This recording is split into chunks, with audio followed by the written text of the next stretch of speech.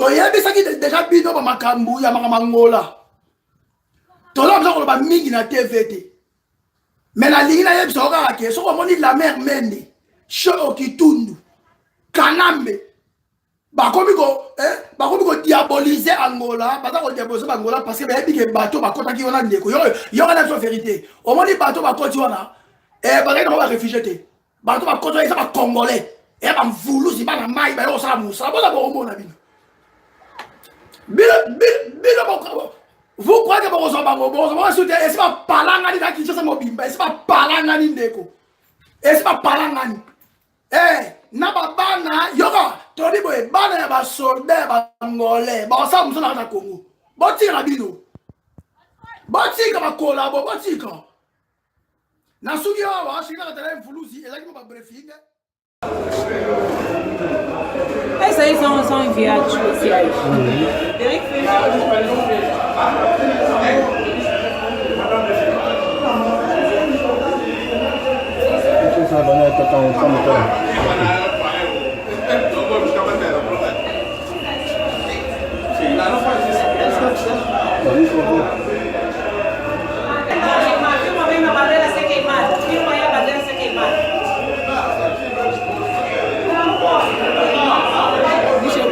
eu filmei.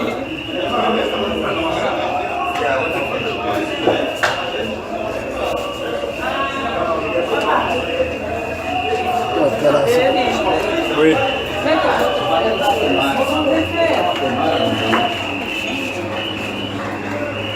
Minha bandeira. Tá aqui. Oui. Tá vendo? É mesmo?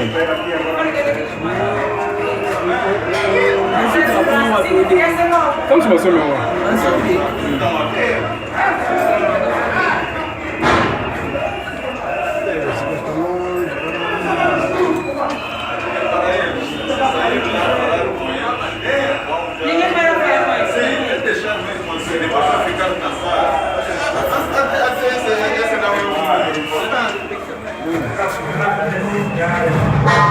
Eu tô muito aí, boy. Ok.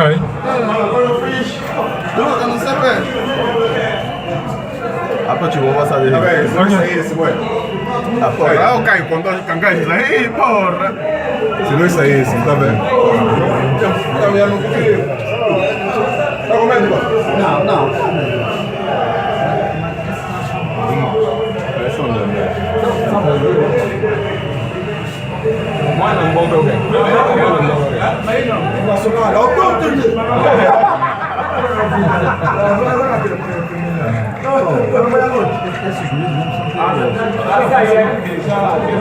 Deixa eu ver.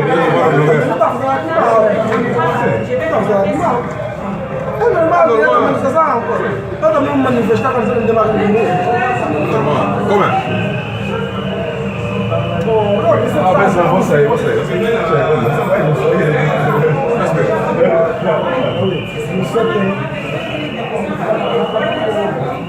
Deixa eu também filmando, cara. Mas eu tô mais desfigurado aqui. São quantos? Não, chega a 20. Chega a 20. 17. 17.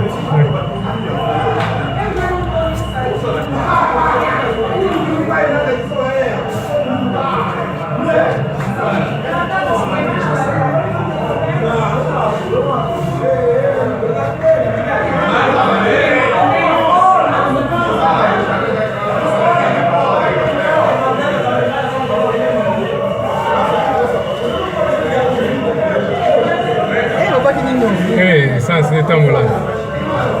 T'as mort. Comment est-ce que c'est de la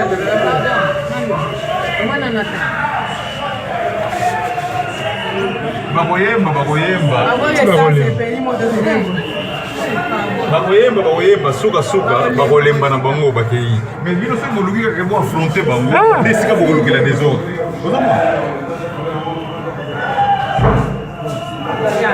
S'il vous plaît, laisse-moi. Oui, bonjour, bonsoir, Congolais partout, vous êtes dans le monde. C'est votre frère, le compatriote Ipo Waiza, peuple Mokondi.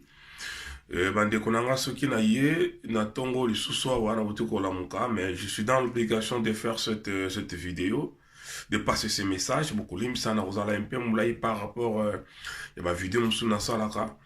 Et na ye juste pour na kolobela makambo ozole kanangola. Et bande konanga ilo na koyebisa biso tozala très vigilant marambele kanangola. Parce que il y a une même mise, il y a kanambe na aner bazana kati ya makambo wana.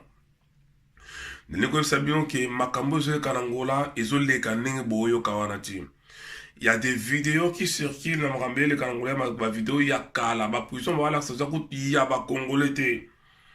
Et puis boye bango ke Angola abimisi kaka ba congolais te, il y a des Maliens, des Libanais, ba Guinéens, ça dit batu nyonso oyo bazali ko sala musala moko illégal na kati Angola, tout bazo vivre d'une façon frauduleuse na Angola. Angola bimisi batu na nyonso na ba Libanais na ba Portugais, et ça pour na kota ordre na mboka na bango. Na rebi sabino ke ngala vani trop na Angola. Na vani na bangolais na Angola et puis na Brésil. À titre d'exemple, sur aucun Kabinda, Congo na Kabinda, tozana plus de 80 frontières. Bande bazana Kabinda, balana frontière, balana misa, barib sabino. Plus de 80 frontières. Est-ce que vous yoki ataba bengani mumutukumo congolais mon côté à Kabinda? Ok côté à Mushiku. Et c'est quand ça vient pas couper là. Kuna bangolais va le barape soyez le quoi la biso. Est-ce que vous yoki va refouler badou? Il y a des ex-katangé bavani depuis des années. Oyoki ba bengani bango bande ko bazana kata Luanda oyoki ba bengani bango na sidi kuna ya Angola oyoki ba bengani bato wana c'est dire mutu nyonso za ko vivre d'une façon frauduleuse azali illégal na mboka na bango ba bimisi bango bande ko nanga biso tozobelela air non ce qui Angola aza copier pardon Rwanda na Uganda baza copier mboka na biso mais exactement ce que nous faisons en Angola. Boyibi combien de fois ba Congolais bazo copier en Angola. Oh bana lunda. Et ça ba diamant mo zali illégal. Congolais za copier en Angola ba diamant mo illégal. Na ba commerce zo sala. Bangolais ba lingi ki oya kovana na mboka na bango a linga zo diamant a lingi ko sala commerce o futa ba impôt ndeko na ngai. Pourquoi tozo lukato manipuler ba ndeko na makambu biso to yebite? Bozolinga bokota na je ya aner pourquoi kanambe na batu ne bazolinga baza solidarité ya peuple congolais na Amerika na Angola poto kote la bango bokeba il y a des Congolais mbula na Angola pourquoi ba bengani bango te? Moi j'ai ma famille na kati ya Luanda tilo ba bengani bango te. J'ai des amis na Kabinda partout na Dundu na Lukapa na Wambo na Mushiku na Kashitu na Wila nazana batu bele kuna na kunene partout na yebi Angola parce que na beti bale kuna trop na yebi mboka na ndenge zali. Pourquoi ba bengani batu nyonso ba bengani ka batu côté wana ya Dundu côté wana ya Lunda eza na frontière na Kasai? C'est parce que kuna makambo zali ya kosama bien te mametali ba diamant et puis lisusu fo boyeba ke boyebi ki Angola sa kotia pression et pas ya kanambe po na makambo ya élection. Qui sait que na bato bazo bimisane ko oza la pe bato ya makambo makasi pe? Qui sait que bato ba bimisana masolo musoza na simawana? Alors bokeba masolo mingi boyoka oyoyo ma message mingi bozwa vidéo bozwa eza nango kaka ba congolais te. Il y a des Maliens, il y a bato nyonso za na kati wana. Ngala vai na Angola tebi combien de Maliens ba wara ba ne ba tout ça na Angola. Des autres ni ba tina na Ojainda wana na São Paulo wana ba to ebi Angola ba imam na oloba. Combien de Maliens zolinga azokuta comme Congolais que Maliens. Malien azako mizo ki sa yemoko pas comme na vaccin maboko parce que na boko na sa droite ba yeba ka Congolais na vaccin na boko à droite. Mais bawara baza komizokisa bapota ekauka mpo bango bakóma lokola bacongolais moto ayebi mamnalo baoyo bato bavai na ngola bayebi yango. Donc tokeba tozala manipule te na bakambo ezoleka na ngola. Bangolais bazobengana kaka bacongolais te, et puis bacongolais bazobimisa baoyo bazali illégal. Je connais pas mal de Congolais qui le bazar na kati Angola et na ba ville minière ba pourquoi ba toucher ka kuna. Tozu ba mbongo danger na Angola illégalement, to piller Angola na ba diamant illégalement, ba pétrole ba kuifi biloko ebele ba Congolais et puis ba yema ba na lunda to yo wanzema ba na lunda. Ba famille comment ba mbongo ebele na Congo passer na diamant ba tu Angola autre mané ko yiba. Et le bazo ta ordre. Baso kanga kutu na bana ya président ya Edouard Santos ba kanga bango. Et pourquoi pas biso ba Congolais to yiba ko sala maramkuna. Alors ba de konanga tokeba ba je ya aner alingi azwa solidarité ya Congolais alinga zala na sima pe plutôt sangana to banda ko attaquer Angola parce que bango un ayebi que peuple alingi sou bango te et puis Angola tout ça bango pression. Je ne suis pas venu défendre l'Angola mais je suis venu juste Koloba makamundenge ezaleli que soyons prudents toko tanaje anerte ezalinga de konabino ipo waiza mais kala mingi te na kolobla makamususu o etali politique mais lelo o epé oui ezali lié ezali dia politisé yango na singa congolais ko partager vidéo o ezomona te ka ya buye uyebi no source nango te mangola batnyo so mona vidéo na so circuler zaka ba congolais te ingeta. Africains, Africaines, bonjour. Ivoiriens, Ivoiriennes, bonjour. Aujourd'hui, j'ai un message à faire passer et mon visage est très sérieux parce que l'heure est grave. J'ai décidé de vous présenter la symbolique du balai. Le balai, c'est un ensemble de brindilles fixés ensemble. Je ne vous apprends rien. Vous connaissez le balai. Une brindille, toute seule, a beau être la plus grosse, a beau être la plus solide, a beau être la plus ferme, toute seule, on est capable de la casser. Un balai, ensemble de brindilles,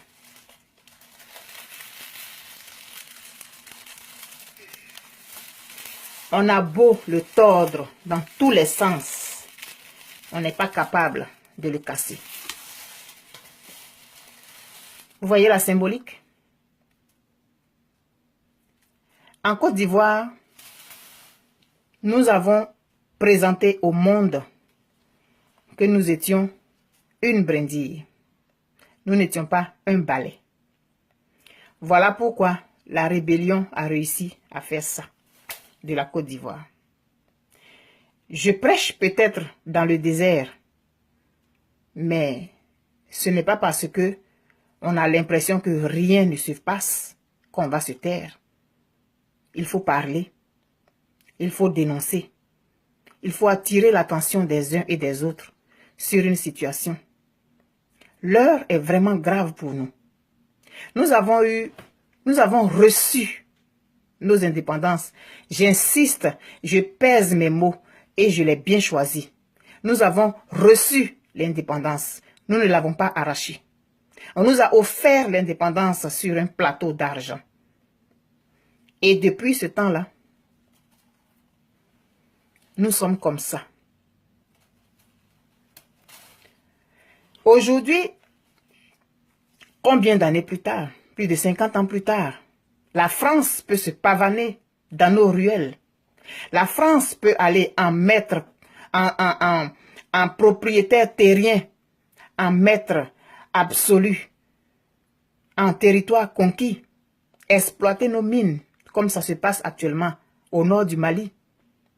Tout l'or est en train de partir et nous le savons. Nous le dénonçons peut-être sur Facebook. Nous partageons les vidéos, nous partageons les photos. Mais rien ne change. Parce que en tant qu'Africains, nous sommes des brindilles individuelles. Et la France le sait. Les États-Unis le savent. l'Angleterre, le Royaume-Uni, tout cela, ils savent que nous sommes des brindilles. Voilà pourquoi ils réussissent.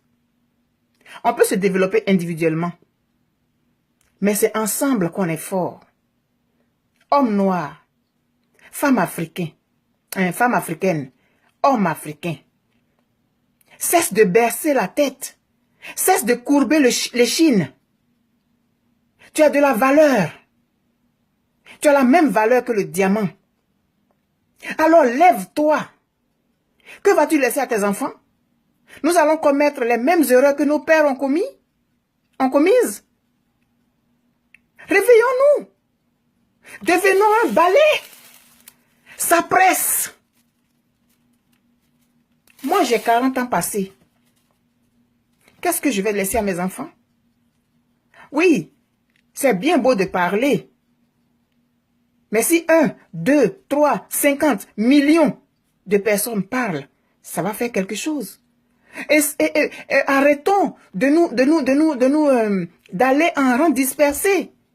Je suis marocain, je suis camerounais, je suis sénégalais, je suis gambien. Voilà à quoi ça nous conduit.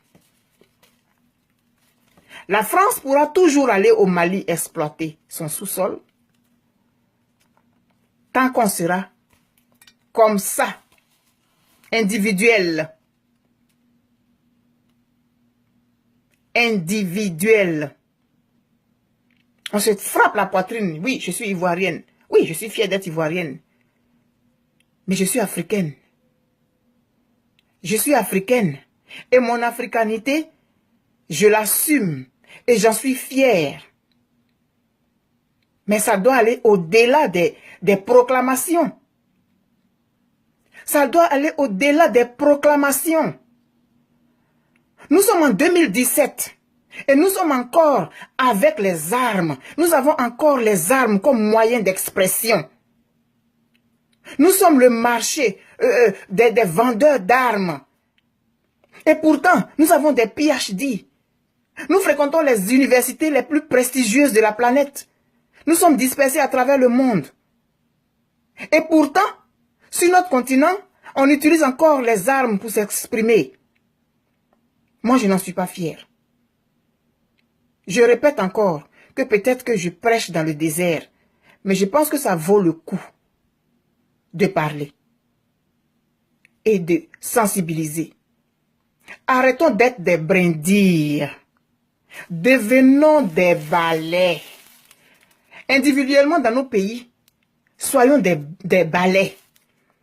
Parce que je répète, en Côte d'Ivoire, si on était un balai, la rébellion n'aurait pas prospéré. Tous ceux qui se frappent la poitrine aujourd'hui, qui sont fiers là, ils n'auraient même pas eu droit de citer. Ils n'auraient même pas eu d'abord l'idée. Parce qu'ils auraient su que ce n'est pas possible. Les prédateurs nous guettent. Parce que nous ne sommes pas des balais.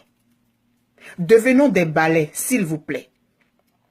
Individuellement dans nos pays, devenons des balais. Quand je dis individuellement, je veux dire le Cameroun, le Sénégal, la Gambie, le Gabon. Les Gabonais doivent être des balais d'abord. Ensuite, les Africains doivent ensemble. Chaque pays africain doit être représenté par une brindille dans ce balai-là. Pour que les gens arrêtent de nous considérer comme des moins que rien. Mais il faut que nous-mêmes nous arrêtions de nous considérer comme des moins que rien. On nous a brisés, on a frappé sur la tête de nos ancêtres. Nous aussi, on va laisser les gens continuer à frapper sur nos têtes? Non. Nous sommes dans les pays des Blancs. Nous voyons comment ils sont développés. Soyons jaloux de ça. Et puis soyons solidaires, parce qu'eux, ils sont solidaires. Vous n'allez pas voir l'Angleterre traduire le président français au tribunal pénal international. Il ne fera pas ça. Mais il n'y a que chez nous que ça se passe. Réveillons-nous. Ressaisissons-nous. Nous ne sommes pas maudits. Nous avons les mêmes neurones. Nous sommes constitués exactement comme les autres. Pourquoi on pense qu'on n'est pas capable de faire ce qu'ils ont fait? Réveille-toi, homme africain. Réveille-toi, homme noir, réveille-toi. Et ensemble, devenons un balai. Ça urge, ça presse.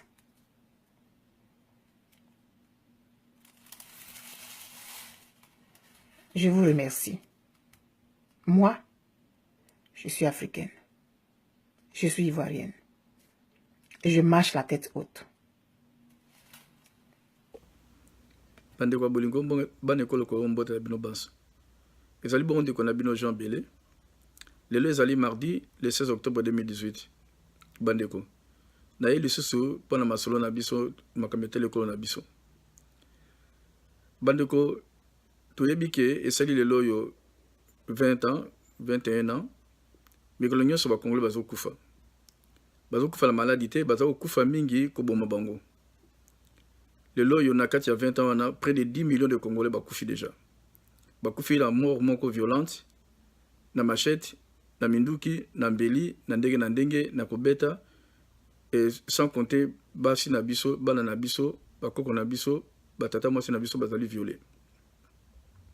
Bandeko. Ndeko na biso docteur Mukwege azui prix Nobel de la paix. Ils allaient passer mon kilo ba reconnaître ba viol o esami na mboka na biso. Kasi loko muneno etikali oyo tolingi fo ezala reconnu. Ezali massacre sami na mboka na biso. Bandeko total kaka pembe na biso, bandeko na mboko ezali pembe na biso voisin na biso Rwanda. Il y a plus de 20 ans, il y avait le massacre de 800 000 personnes. Babenyango génocide. Mais au Congo, il y a eu le massacre de plus de 10 millions de personnes et Bengama jamais génocide. Biso na biso ne tolbaron na cessé, tozo Bengango génocide, mais to proclamons jamais tolbaké génocide officiellement. Mutumorote na libanda pe aloba yango. Bato bazo kambeko na biso pe baloba ngote. Effectivement bango bakolo bangote parce que bango pe bazali ba complice la carte génocide.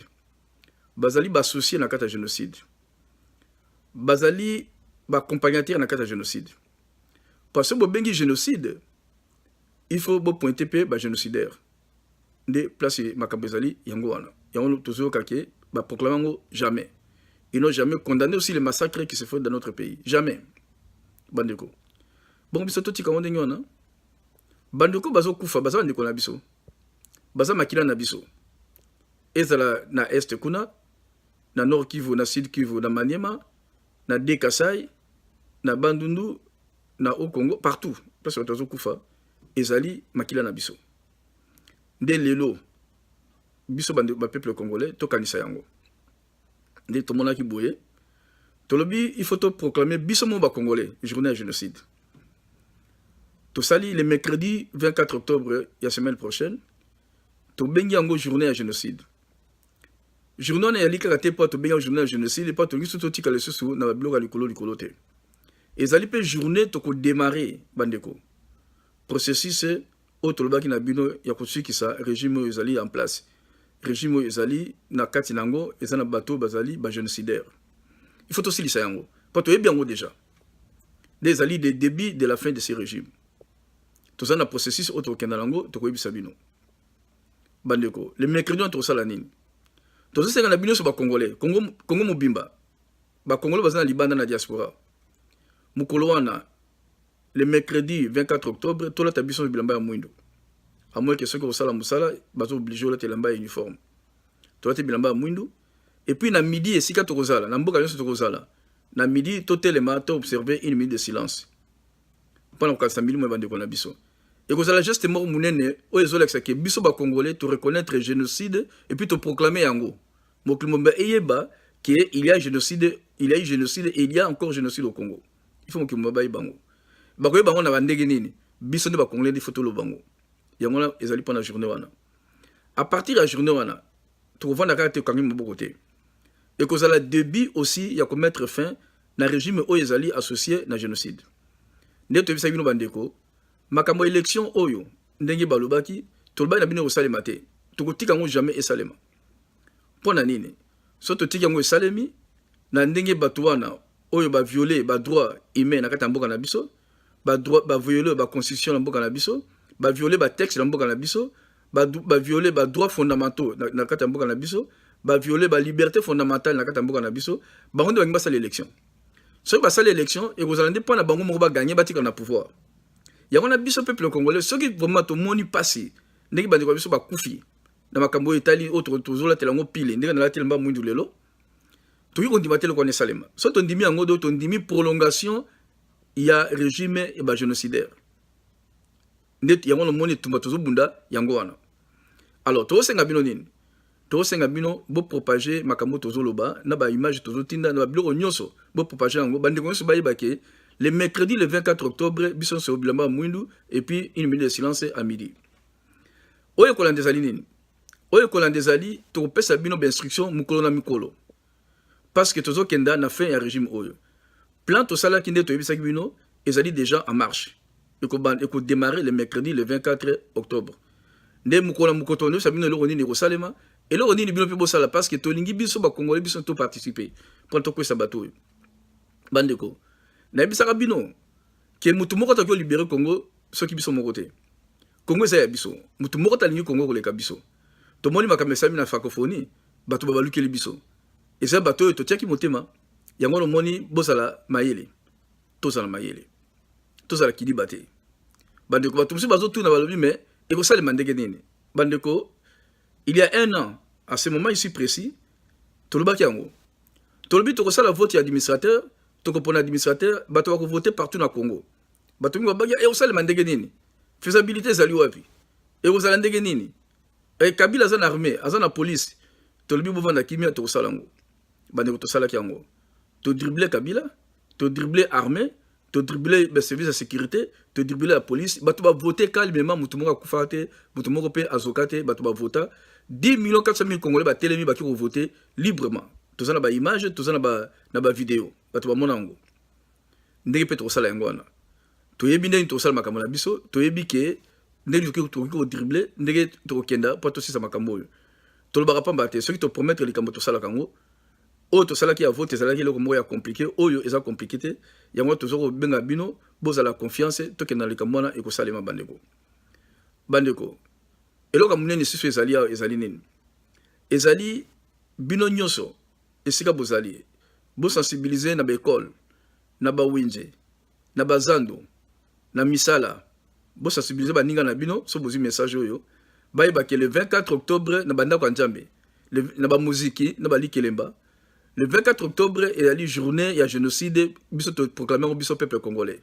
biso tokita na balabala tokotelema tolati bilamba mwindu to observer une minute de silence pour la milimo ya bandeko na biso tozosenga pe na bandako ya nzambe babeta ngonga na l'air wana le 24 octobre na midi ngonga beta na ba paroisse nyonso pour la to lobake lelo tozokanisa milimo ya bandeko na biso bandeko nzambe ya bokasi bonso apesa bino makasi mboka na biso tokoganye tumbu oyo nayebisa bino ke tokokoma na élection oyo te oyo tozobanda eyali processus ya début de la fin de ce système oyo bazali associé na génocide nzambe abatela bino na mabota na bino apesa biso makasi biso bana Congo apesa biso mpe mayele lisusu po tosisa makambo oyo tolibere mboka na biso so mboka oyo ezali libere tokokota na transition ya malamu transition oyo ndenge tosalaka vote ebimisala biso baadministrateur yango nde ekopermettre biso tozala na baélection apaisée bato bakoganye baganye bato bazala makoki okoganye baganye ekopermettre tokota na vraie démocratie oyo baliberté d'expression kozala respecté badroit de l'homme ekozala respecté bana bakokota classe na ndenge elongo bani bakosoigne bamaladi na ndenge elongo bani bato bakozwa misala na ndenge elongo bani tokozala susu na makambo toza nango lelo te basoda na biso bakofuta bango mbongo na ndenge elongo bani bapolisier na biso bakozala bien baenseignant na biso bakozala bien bafonctionnaire bakozala bien bainfirmière mpe bakozala malamu mboka ekotambola lokwa mboka biso ezotambola ekolo na biso ezali ekolo moko riche mais makambo oyo ezoleka nde ekomisi biso pauvre yango wana tokomi bamisérie bandeko baloba na français le salaire de non respect des textes c'est la misère yango tozovivre sikoyo mpona kongo etelema il faut tobano respecter batexte mais bato baza na pouvoir lelo oyo bango te nde barespecte batexte barespecte yango jamais ekosalema mpe jamais nzambe abokasi nyonso abatela bino baso na kati ya mabota na bino merci.